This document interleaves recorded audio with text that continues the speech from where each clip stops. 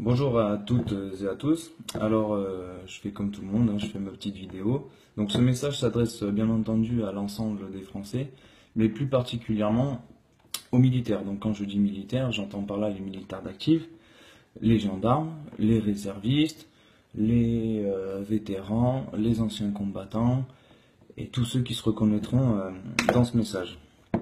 Alors, je me présente brièvement, je m'appelle Sébastien, j'ai servi 8 ans dans l'infanterie.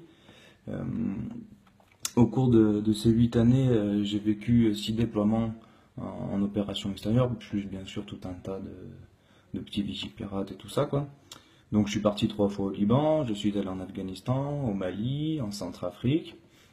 Et voilà, alors c'est pourquoi je vous dis ça aujourd'hui. Je vous dis ça parce que très naïvement, quand je me suis engagé à 17 ans et demi, je pensais, en étant soldat de la France, que j'allais défendre mon pays, défendre mon drapeau, défendre mon peuple. Voilà, j'étais fier de tout ça, j'étais vraiment très très fier de tout ça.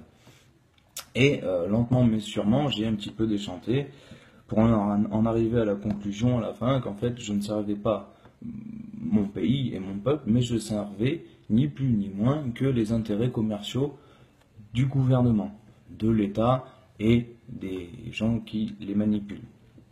Voilà.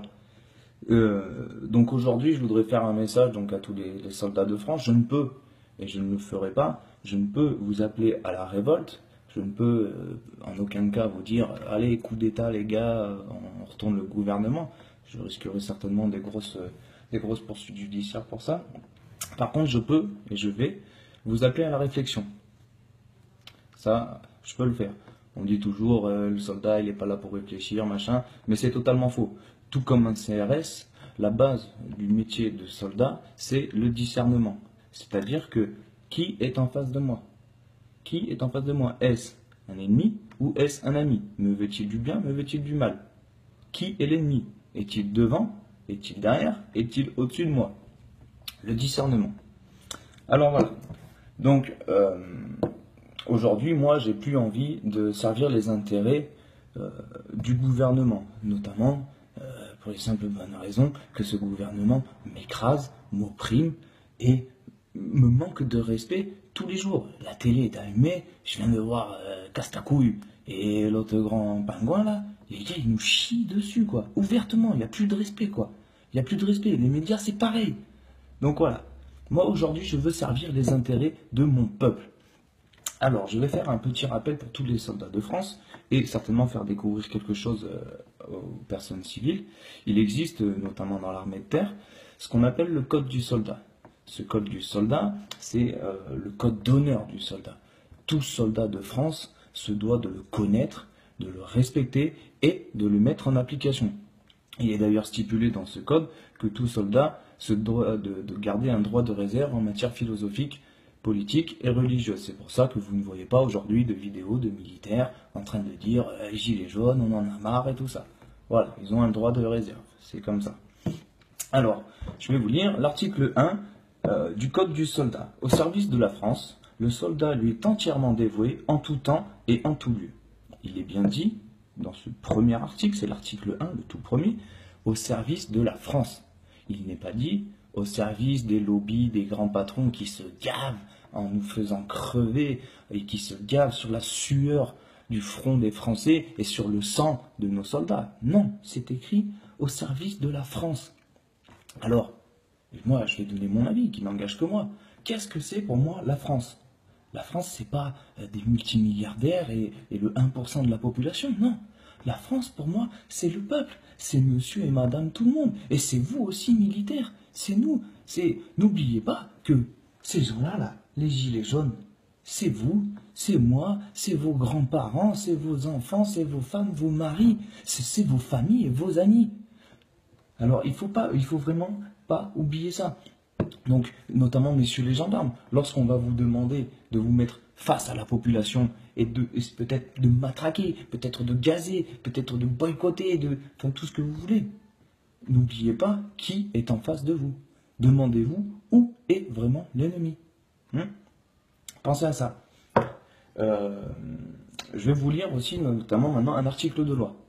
Voilà. Alors, les fonctionnaires doivent se conformer aux instructions de leur supérieur hiérarchique en application des dispositions de l'article 28 alinéa 1er de la loi numéro 83-634 du 13 juillet 1983.